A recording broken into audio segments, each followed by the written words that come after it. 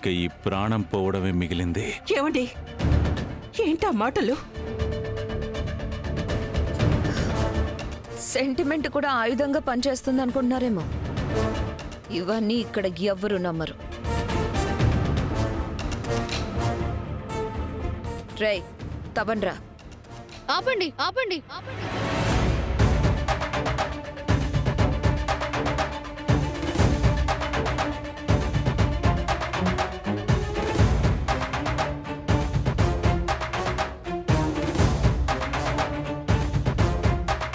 ధర్మ పోరాటంలో ఒడిదుడుకులుండొచ్చు కానీ చివరికి ధర్మమే గెలుస్తుంది.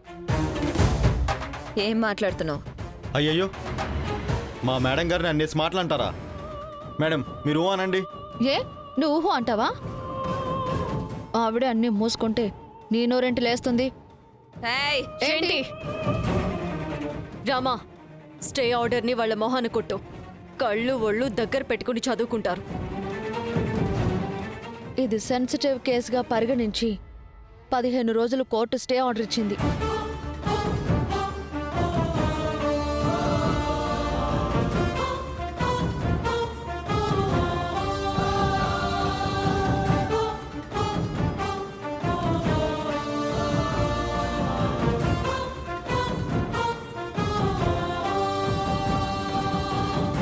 నువ్వు మా పెదనాన్న దగ్గర నుంచి సంతకాలు వేలిముద్రలు ఎలా సంప్రదించావో అన్ని సాక్ష్యాధారాలతో సహా బయట పెట్టి నిన్ను లోపల వేయించబోతున్నాం.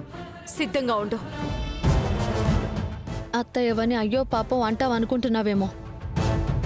నువ్వు సంపాదించిన డబ్బంతా ఏకం చేసినా మా నుంచి నువ్వు తప్పించుకోలేవు.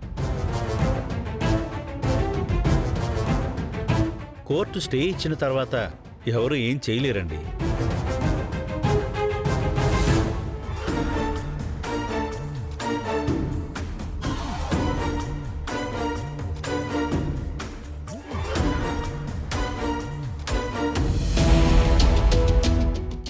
రామా, నాన్న ఆద్య, లేవండి లేవండి.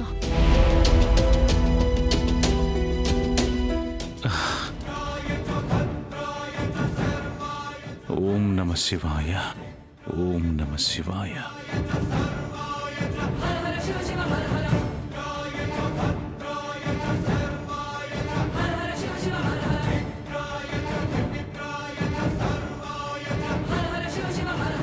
ఇంటికి వెళ్దాం పదండి పెదనాన్న.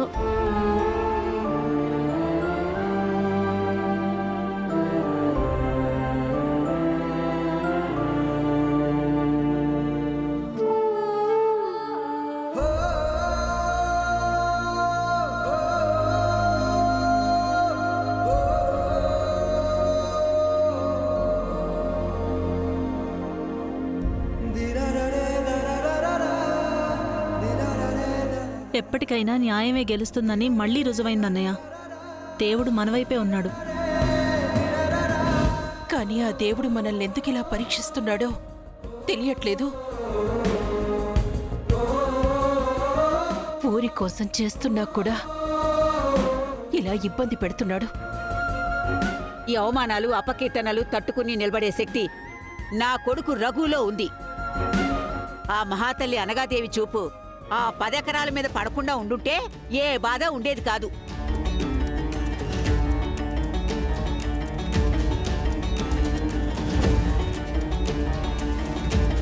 ఏం చేస్తాం? సుడిగాల్లో వచ్చింది. పొలాన్ని చుట్టపెట్టుకుపోవాలని చూస్తుందే. కానీ నా 2 మనవరాళ్ల వల్లే కేసు వాయిదా పడింది.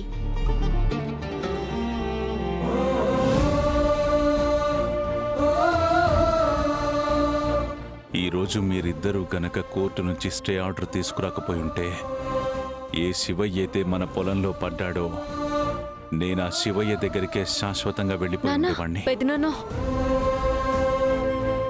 ఏంటా మాటలు? మాకు ధైర్యం చెప్పాల్సిన వాడివి, మమ్మల్ని అందరినీ ముందుకు తీసుకెళ్లాల్సిన వాడివి. నువ్వే ఇలా అంటే ఎలా నాన్నా? పాపం బావగారు ఆ అవమానాల్ని తట్టుకోలేకపోయారు. జనమనే మాటలు ఈటెల్లా గుచ్చుకుంటే ఇక చావే శరణ్యమని తప్ప ఇంకేమనిపిస్తుంది? నువ్వు నోరు మీవే. వాడేదో బాధపడి అన్నాడంటే దానికి నువ్వు వంత పాడుతున్నావు. మా వారిని జాగ్రత్తగా నిండు నూరేళ్లు కాపాడమని ఆ దేవుణ్ణి నిత్యం పూజిస్తూనే ఉంటాను. ఇప్పుడు మనకి తెలియాల్సింది ఆ దొంగ సర్టిఫికేట్లు ఎలా పుట్టించారో, ఆ డాక్యుమెంట్స్ ఆవిడ చేతిలోకి ఎలా వచ్చాయో తెలుసుకోవాలి. అవి నకిలీ పేపర్లని మనం ప్రూవ్ చేయగలిగితే మన పొలం మనకి తిరిగి వస్తుంది. ఆ పని చేసిన వాళ్ళెవరూ తెలిస్తే వాళ్ళకి తగిన శిక్ష వేయాలి. వీళ్ళన్నంత పని చేసేలా ఉన్నారు. రేపు నా భవిష్యత్ ఏంటో. అమ్మయ్యా, కోర్టు స్టే అయితే వచ్చేసింది. నా మనసు చాలా ప్రశాంతంగా ఉంది. మీరు నిజంగానే ఆ పొలం ఆవిడ పేరు మీద రాశారేమో, అది వెనక్కి రాదేమోనని చాలా కంగారు పడ్డాను. అత్తయ్య, రామ్మా కూర్చో. పర్వాలేదులే పిన్ని, అన్నయ్య గారి ముందు నేను ఎప్పుడైనా కూర్చున్నానా ఏంటి? అత్తయ్య, ఇప్పుడు సమస్యలన్నీ సర్దుకుపోయాయి. మనం ఇంటికి వెళ్దాం పదండి. ఆగమ్మా, నేను మీ నాన్నగారితో మాట్లాడడానికి వచ్చాను. 2 నిమిషాలు ఆగి వెళ్దాంలే.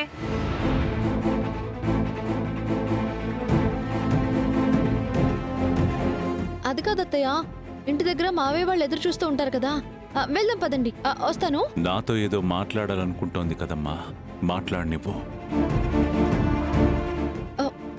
ఏం లేదు నాన్న, మాట్లాడొచ్చు తర్వాత అయినా. ఫోన్లో అయినా మాట్లాడొచ్చు. రామా, అది కాదమ్మా. మనిషి ఇంటి దాకా వస్తే మాట్లాడకుండా ఫోన్లో మాట్లాడదామంటావేంటి? సరే, ఏదో అడగాలని వచ్చావు కదా, అడుగు.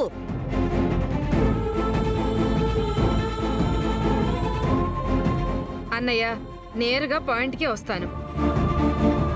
మీకు తెలియందేముంది? ఆద్య, రామలక్ష్మి ఇద్దరు వాళ్ల పేరు మీద ఉన్న ఆస్తిని తిరిగి మీ పేరు మీద రాశారు. మీ ఇంట్లో ఆస్తి గొడవలు ఉండకూడదని అలాంటి నిర్ణయం తీసుకున్నారు. మంచిదే. కానీ మా కోడలిగా మీ ఇంటి నుంచి తను తెచ్చుకున్న ఆస్తిని తిరిగి మీకే రాసేస్తే మేమేమైపోవాలి? అందుకే ఆ ఆస్తి ఏదో రామలక్ష్మి పేరు మీద రాసిస్తే అందరికీ బాగుంటుంది కదా.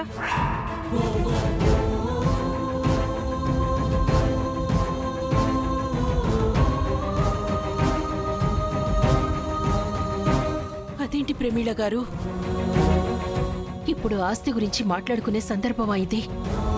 మరేం చేయమంటారు? పరిస్థితులు చూస్తుంటే దినదిన గండంలా ఉన్నాయి. ఎప్పుడేమవుతుందో తెలియడం లేదు. శివాలయానికి ఇస్తానన్న పొలం కాస్త ఆవిడ చేతిలోకి వెళ్ళిపోయింది. అన్నయ్యే రాసిచ్చారని ఆవిడంటుంటే నాకేం సంబంధం లేదని అన్నయ్య అంటున్నారు. ఇలాంటి పరిస్థితుల్లో ఈ మాత్రం జాగ్రత్త పడటం మా బాధ్యత కాదా? నేను రామలక్ష్మిని మాత్రమే ఆస్తి తెమ్మని అడగట్లేదు. నా చిన్న కోడల్ని కూడా అడిగాను. తన పేరు మీద ఎప్పుడూ రాయించుకుంది.